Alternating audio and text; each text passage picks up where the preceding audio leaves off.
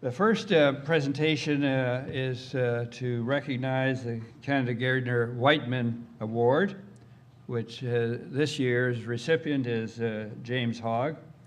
This award is given to a scientist who has demonstrated outstanding national leadership in medicine and medical sciences in Canada. And Jim Hogg qualifies brilliantly as this year's recipient.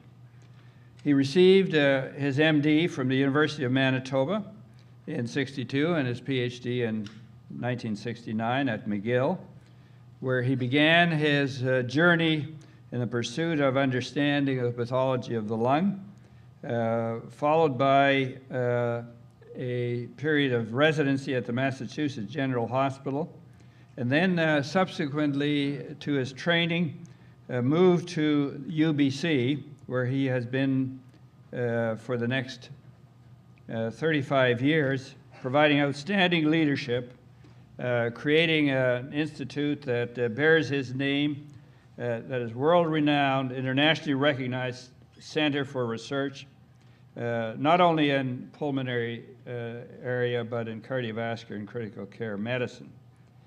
Since retiring from UBC, Dr. Hogg has continued to direct a small research program that provides the first complete description of small airway obstruction over the full range of chronic obstructive pulmonary disease.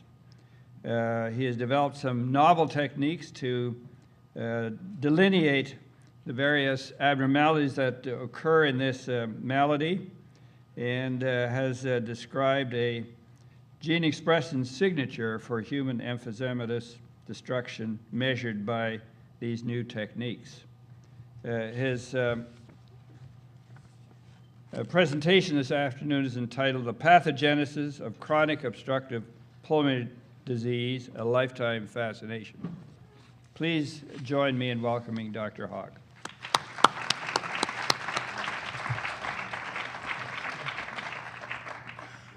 Well, thanks very much, and I'd like to begin by thanking the Gairdner Foundation for this award. It's a great honor to receive it, and I feel very, very privileged to be joining the company of people that have received this award before I have, some of whom I was fortunate enough to know and be mentored by. Now, the first person that I'd like to talk about is this Dr. Fritz Rohrer, who was a Swiss physiologist who really was the first person to understand, or try to understand, the distribution of airway resistance in the human lung. And he did it by unusual techniques, but the techniques that were available to him in about the period of 1915, when he actually did the work, he made casts of the upper airways and casts of the lower airways, and from those casts made the anatomic measurements that allowed him to calculate the resistance. And these were the data that were in the literature when I went to medical school in 1958. And they held sway in that period. And we believed and were taught that the smallest airways were the site of the biggest airway resistance in the lung. Now, after that, along came another Swiss anatomist by the name of Ewald Weibel, who really was the first one to sort of shake that ground a little, using similar techniques to what Dr. Rohrer had used. And while he was working at Columbia University in New York, he made measurements of airway casts and introduced a new way of looking at anatomy in a quantitative way. And he found that, that what actually happened was that the small airways weren't the narrowest part of the lung totally, that really Rohrer had grossly underestimated the number in cross-sectional area, and these really had a much wider cross-sectional area than he had originally said. And this is Weibel's data. This is a perfectly normal lung on this side. And you can see the pathways going down there, and each generation of branching can be counted and measured And what Weibel did was to measure those counting generations and show, this is a log scale here, so that shows that this tremendous increase in the total cross-sectional area was there. And that fit in with physiology somewhat better. But really, the first people to take advantage of this were these two gentlemen. Jerry Mead, who passed on a few years ago, who was a physiologist working at the Harvard School of Public Health, who made enormous contributions in his life, and Peter Macklem, who won this award a few years ago. I've forgotten the year offhand, who I first worked with when I was a postdoctoral fellow. Now, what they showed, and Peter told me the story himself, is that they were driving to work one day in Boston, and Jerry said, "I've got an idea, and it's a good one, too." And the idea was to find a new way for putting catheters in the lung, and together they used this to partition the airway resistance and make the first direct measurements that had ever been made, the direct measurements of resistance in the peripheral airways. And what they found, and this is the catheter, an example of the catheter that is in place here in a post-mortem lung. Now that I've said that, I can't actually, oh, here it is, right here. And the way they got that in was to first put a large polyethylene tube down the airway as far as it would go, and then put a piano wire through that tube so it would go down as far as it would go, and then it came out the pleural surface. Then you attach this end of the piano wire that was sticking out of the mouth and pulled, and you got a catheter into the airways in a retrograde position. And with that, they were able to measure the resistance of the central and the peripheral airways and show that the peripheral airways only made up about 10% of the total airway resistance. And that was an enormously important discovery at the time. And that was published in 1967. And before it was published, Dr. Macklem went back to McGill and was an assistant professor there when I joined him as a postdoctoral fellow in late 1966. The work was, I think, submitted for publication by that time, but it didn't get published until 1967. So the experiments that I performed with Dr. Macklem were first to confirm that the measurements that they had made on 2 postmortem lungs, most of the lungs that they did were from animal lungs, but 2 postmortem human lungs that showed the peripheral airway resistance was low. We first confirmed that observation and then measured a series of people with chronic obstructive lung disease who had died from their disease or sometimes from other causes, and showed that this resistance over the same area was increased by 4 to 40 times in this group of people.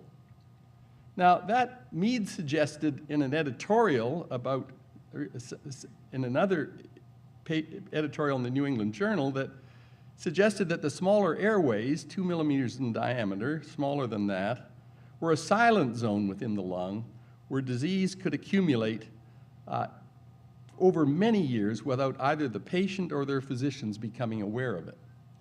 And because these airways are arranged in parallel, if you think about the electrical circuitry and remember your high school physics, that when resistors are arranged in parallel, you can knock out half of the resistors and you'll only double the resistance.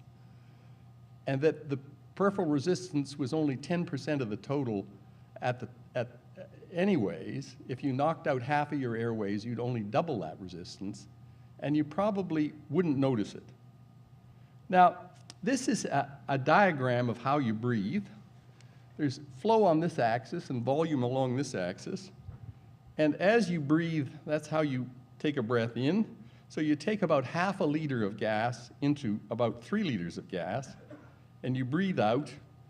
And if you breathe in as hard as you can and then blow out as hard as you can, you get really a signature of your respiration that's for you. No matter how hard you try, you might do a little better on the top by trying harder, but once you hit this curve, that's you fixed, and it's the same every time you do it. Now, that's the total lung capacity up at the top of the lung, and that's the residual volume. And we'll get some terminology. What is COPD in the first place? Well, it's diagnosed when the FEV1, that's the amount you can get out in 1 second when you're trying as hard as you can,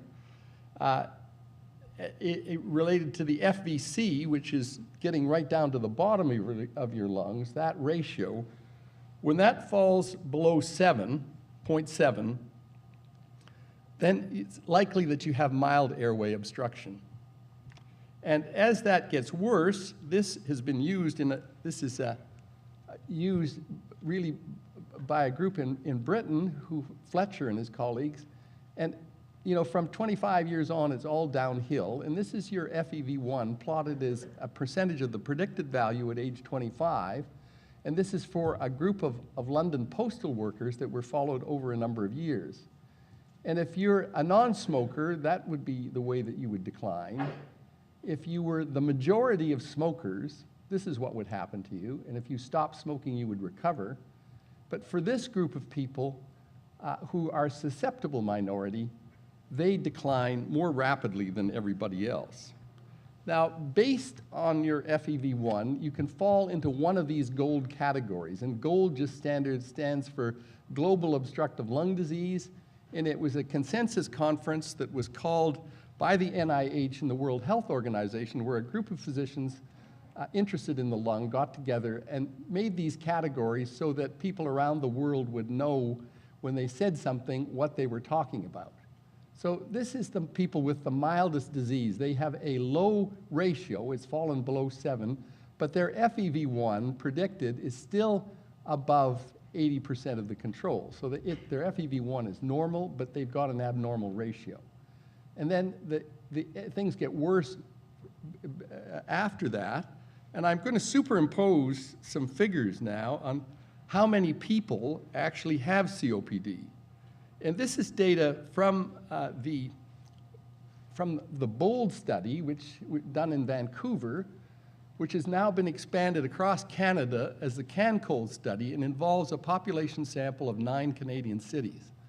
So what I'll show you is for Vancouver, but the figures hold extremely well for these other 9 cities. So that there's about, out of a population-based sample, over 40 of about 269,000 people surrounding the immediate area of St. Paul's Hospital where I work, about 10% of those will have mild COPD in the over 40 population. About 6% will have GOLD 2 or severe COPD. Only about 1% will be in this category. And even less than that, thank God, would be in this category. Because when you get down to this level, the only option that you really have is a lung transplant. Now, just to say what that means, it's been predicted that COPD, largely in this category, in the United States, that the time lost from work based on that, in terms of things that the people probably put off as chest colds, whatever it is, but time lost from work, cost the economy about $9 billion a year. And then once you get down to this category, where this is now acute exacerbations of this disease, so although you don't notice it, sooner or later something really bad happens, you get an infection, you suddenly can't breathe, you call 911, and this is a common call, and they have to be taken to hospital and their exacerbations treated. But this is the commonest admission at St. Paul's Hospital in the winter months, especially, over everything. And then you go farther down here, and the cost of treating this disease when you're in these categories probably adds another $30 billion cost in the United States, and equal sort of numbers in Canada. So the problem is huge. Now, what happens to the lungs in COPD?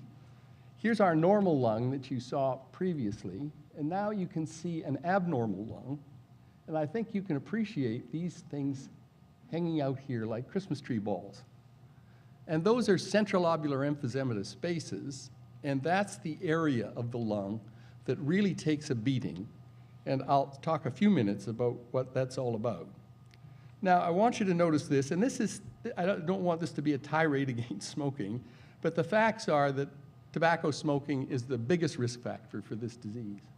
But this is a person having inhaled the cigarette smoke, blowing it out through a narrow orifice, and I think you can see here is clearly bulk flow, and there's bulk flow, but you see that now the movement of gas when you get out here is largely by diffusion. There's not much bulk flow the farther you go. Well, let's think about that in terms of Weibel's diagram here, and think of that inhaling, which is the same thing. You go through a different narrow orifice, which is the larynx, and you could see that stream of bulk flow coming in here, and then the diffusion of gas beyond that. Now, as you take your quiet breath in of half a liter into 3 liters, it's clearly you can't exchange the gas by bulk flow. So we're totally dependent to exchange the CO2 and O2 in our lungs by the fact that diffusion takes place. And the bad part about that is it's when it's full of toxic particles, the particles don't diffuse. So the particles only go where the bulk flow goes largely, and that deposit them in very large concentrations in the periphery of our lung. And this is what the periphery of the lung looks like as you go out farther. When you look at that thing with the little square around it, you see it here. And this is a lung lobule. It's a connective tissue septa. And here are a number of terminal bronchioles breaking into respiratory bronchioles. And it's this area of the lung that is particularly vulnerable to the deposition of toxic particles. And when that happens, it sets up an inflammatory reaction in and around the respiratory bronchioles, and you can see that these dilatation and destruction in this area of the lung, and you can see the lymphoid infiltration and active inflammatory reaction that's been measured around these structures and in the small airways. And you can see this centrilobular emphysematous space, which you saw in the larger picture, and that's due to this dilatation and destruction. And interestingly enough, these things always have an airway leading into them. They're easy to fill with this stuff. And the original pathologists who described this did 3-dimensional reconstructions of these spaces, and they always were able to find an airway leading into them. Now, a few years ago, we began to work on a different technique to look at this structure. And this is a lung of a patient with advanced COPD who had treated by a lung transplant, who donated their lungs for our research. And this gave us an opportunity to get the lung fresh out of the OR, to fill it with air to its normal transpulmonary pressure, and then to freeze it solid in liquid nitrogen vapor. You then keep it frozen while you do a CT scan on the specimen, and then you do a really high-tech maneuver. You get a bandsaw and cut it into slices. And then if you photograph, these are the samples we're going to be talking about, but if you photograph these slices before and after you've sampled them, you can match them exactly to the CT scan, and then you can find where these spots were in the patients when the lungs were inside their thorax. So it's a way of linking back directly to the clinical situation. But this gives us a number of opportunities. One, we can do micro-CT on a specimen like this, and this allows us to evaluate the anatomy in a way that's just not possible with histology. And then these surrounding structures, you can do histology, quantitative histology on the frozen specimens, and relate that to the anatomy that you've measured here. And you can do gene expression studies on another one, so you can look at the gene expression signature of the emphysematous destruction. And I won't have time to talk about it, but you can also measure the microbiome in some of them and use the gene expression signature and the histology to measure the host response to organisms within the microbiome. Now, I'll first talk about the micro-CT, which is to take the specimen, and what you have to do is fix it so you can look at it with micro-CT. And the way we've done that is to use a pure solution of acetone, which has a freezing point of -90, so you can cool it down to -80 and it stays liquid. Then you can add 1% glutaraldehyde, and it still stays liquid, and you have a very good fixative. So if you pre-cool those down to minus 80, and then the specimen is at minus 80, you can put that in the fridge overnight, and initially they float because they're full of air, but they gradually pick up the fixative and sink.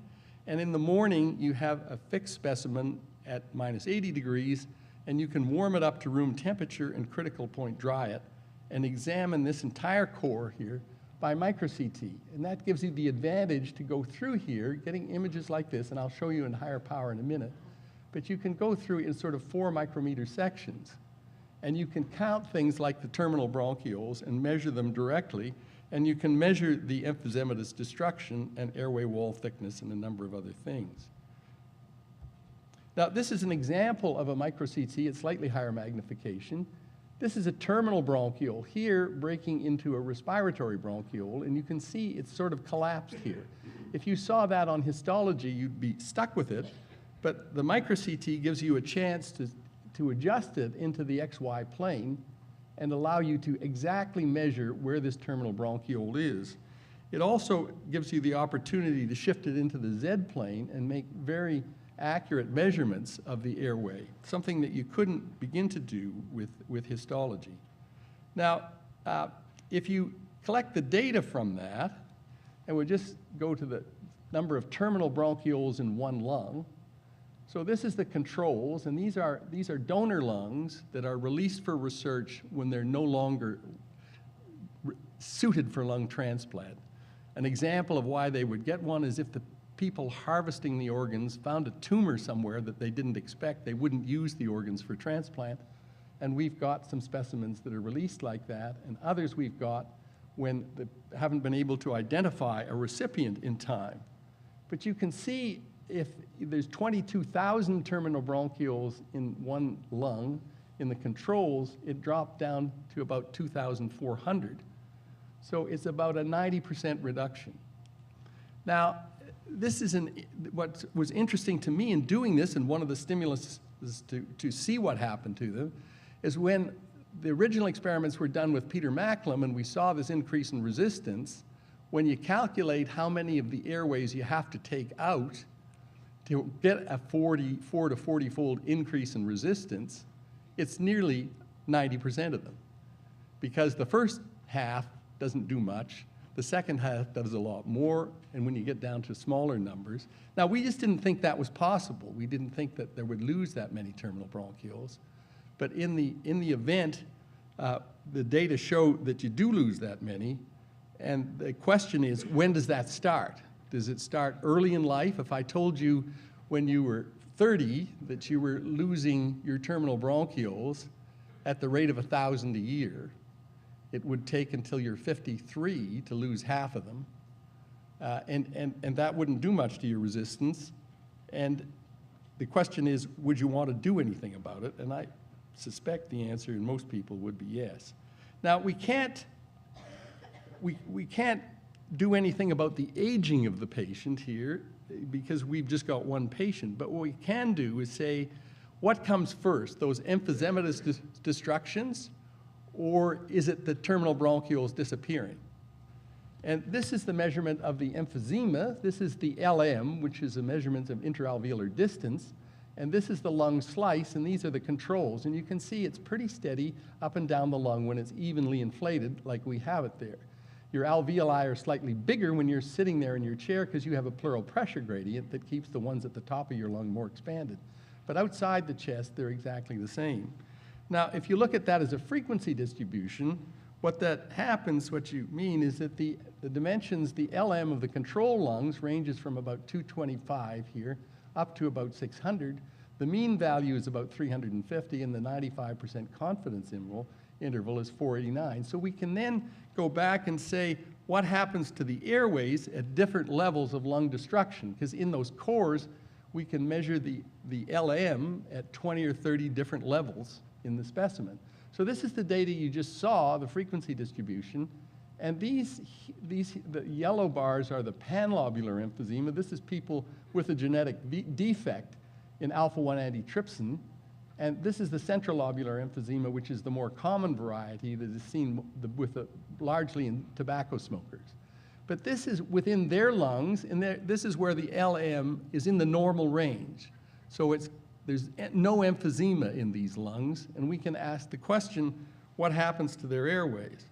And what happens is, while they're still below the 95% confidence limits, they've lost nearly all of their airways. So that suggests that the airway loss is happening in a very earlier state of the disease, and that more importantly, this is up to 1,000 micrometers, 1 millimeter. This is below the level of scanning, CT scanning, the maximum resolution inside a living chest with a beating heart and pulsating vessels is about 1 millimeter. So before you can see anything in terms of emphysema, with the most sensitive method we have, you've lost most of your airways if you have this disease. Now, going back to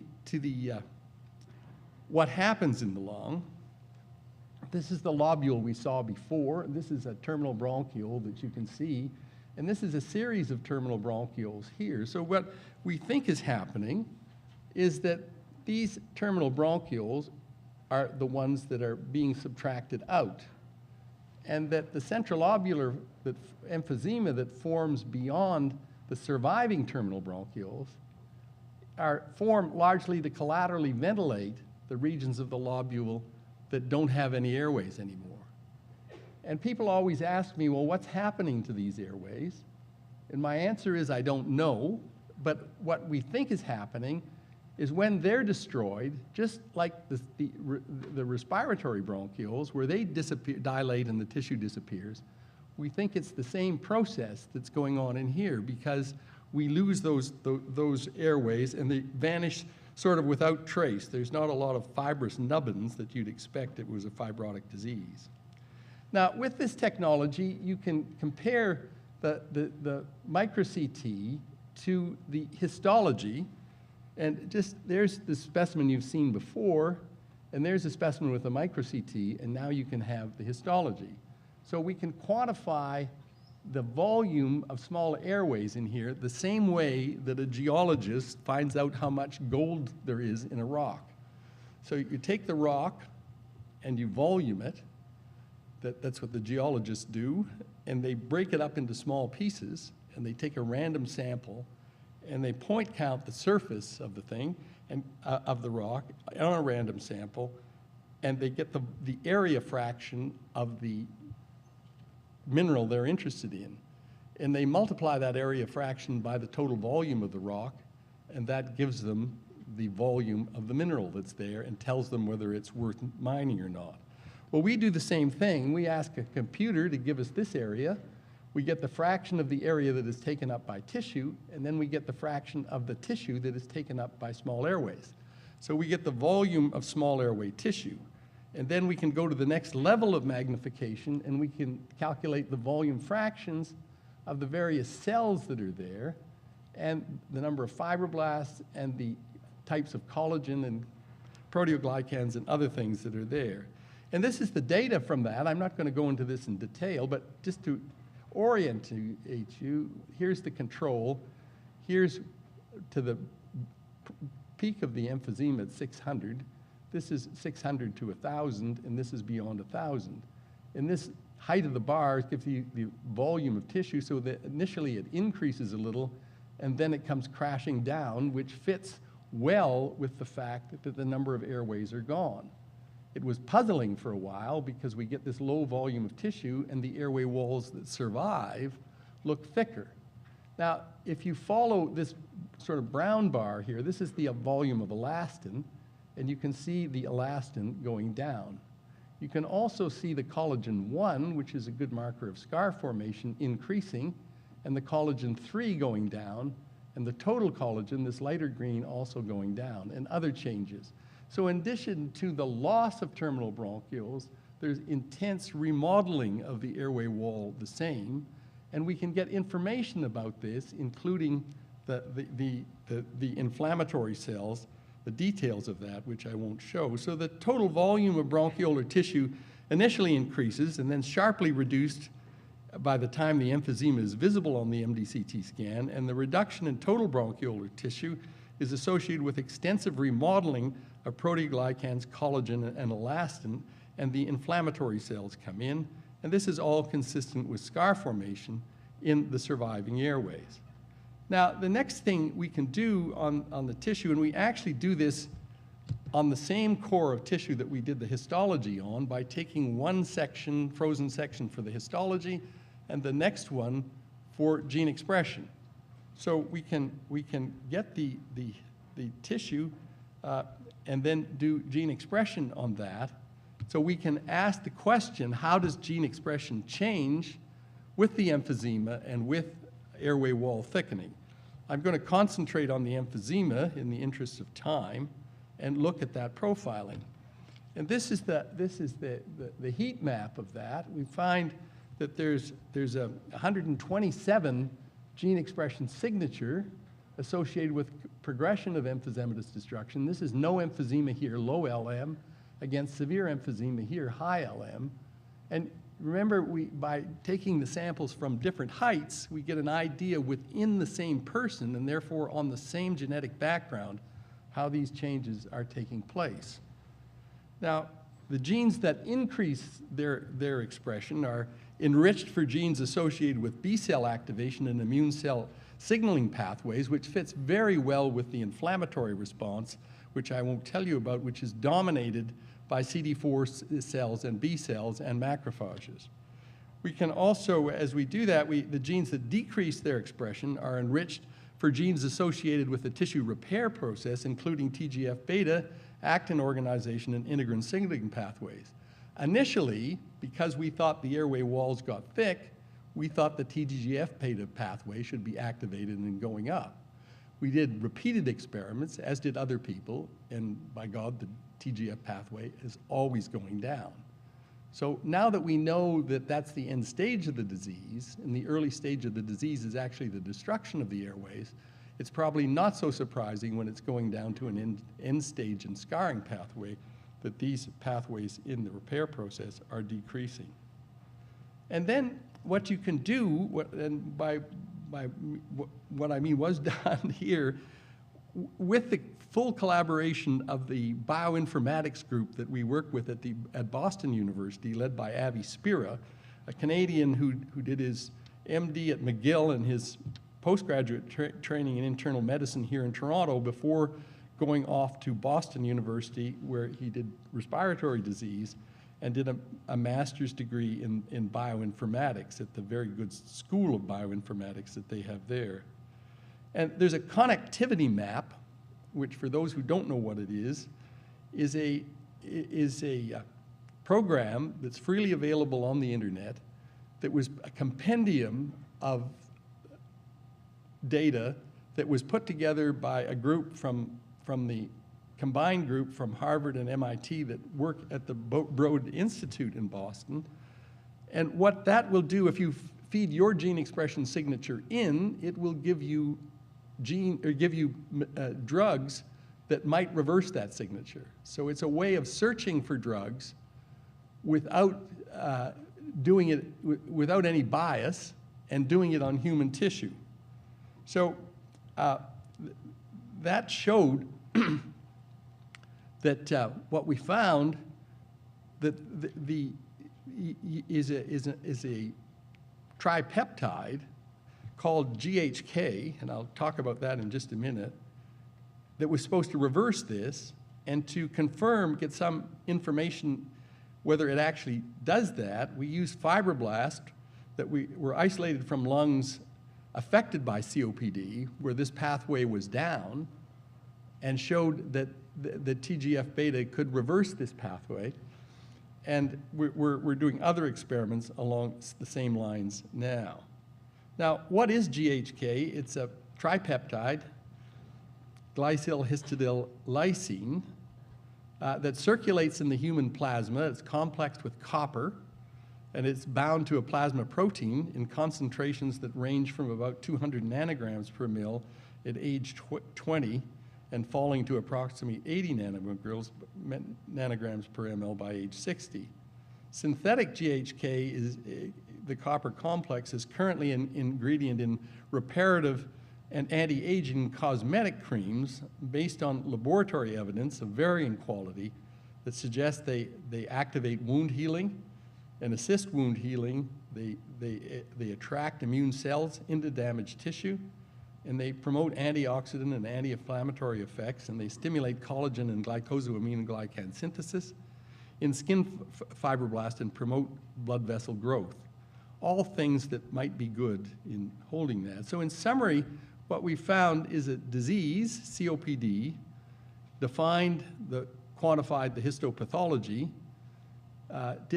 measured the regional severity of the emphysema, got a strong disease expression signature, that comparative enrichment of emphysema with that gene expression signature, and an unbiased drug screening approach using the CMAP and identified a peptide, and then did some in vitro and in vivo things.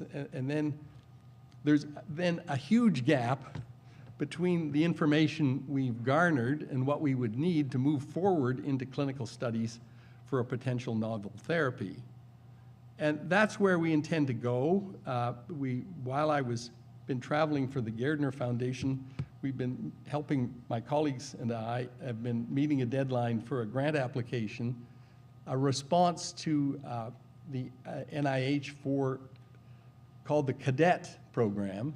I'm not sure what CADET actually stands for, but that's the program. But it's designed for universities who are not used to this sort of thing, to get groups of people together to try and get the data that you would need to take it to the level where it would be able to apply for an IND for development of a new drug. So we're hoping to do that. In that, we'll do animal experiments on a mouse model of emphysema. And the mouse model that we have is interesting in that it was developed in Australia with some friends down there. It develops emphysema more rapidly than other mouse models, and the gene expression signature associated with that emphysema is very similar to the gene expression signature that we see in the human lung. So we're sort of hopeful about that mouse model. And then we're going to be measuring in the tissue that we already have the GHK levels to see whether the level in the tissue bears any relationship to the severity of the disease. We'd expect it to be down when the emphysema is there and up in the more healthy tissue, but we'll see what happens. And then in addition to that, we'll have to do a lot of cellular experiments, cultured epithelial cells and fibroblasts from human lungs with and without COPD that we'll be doing various experiments on. And then there'll be the usual animal experiments to get the proper dosage and so on for the road of delivery of these things. So of this drug, but that's all in the future, and if we get all that and it's positive, then it might be ready for going forward for an IND. So in closing, I'd like to leave you with a few thoughts. First of all, this is what we saw. This is the history of COPD, and what we're really interested in is if we could identify this 15 or 20% of people who are going to go through this rapid decline. Now, when they are up at age 25 here, can't tell the difference between them. But we'd like to have a marker of the people that are going to go down like this. So our approach to that is now that we have a gene expression signature for the emphysema, we have in the current series of experiments that we're doing, we also have blood from these patients. So we'll be looking for markers of the emphysema that we can measure in the blood. And then if we can find some suitable markers that look promising, we'll be looking towards the CAN-COLD project, which is the ongoing project of 5,000 total people. There's about 1,200 of them that have COPD. And the people there that are declining, to see whether we can measure and predict their declining from in the blood from anything that we can do. Anything we find in the lung tissue. But most importantly, if you start losing your terminal bronchioles at the rate of 1,000 a year, and we'll know within the next year or so whether this is related to losing these airways in this age group, because in a previous study that I haven't mentioned, we were able to establish in histology, by histological examination of people who were coming for lung cancer that had their lung volume reduction surgery done, and other studies which were done in the lung volume reduction surgery trial where we got more severe disease, where we did the histology. And we found that we can do micro-CT on the paraffin-embedded blocks from those cases, so we'll be able to compare people at different stages of the disease and see if they start losing their airways here. There's other strategies based on lung function tests that'll be doing the same thing, again as part of the CAN-COLD project. So if we can show that they actually start to lose them here, and that they get down to here and they've lost a large number of their bronchioles, then we would like to have something, which we don't have now, that could maybe stop this. And if we have any of you have an idea about drugs that might do that, I think it would be a good idea to begin experimentation with, but we'll just see how that progresses. Now, in closing, I'd like to thank all of my collaborators who've worked so hard on this project, starting in Philadelphia with Joel Cooper, who really would never have claimed to have invented the lung transplant, but he certainly made it work right here in Toronto.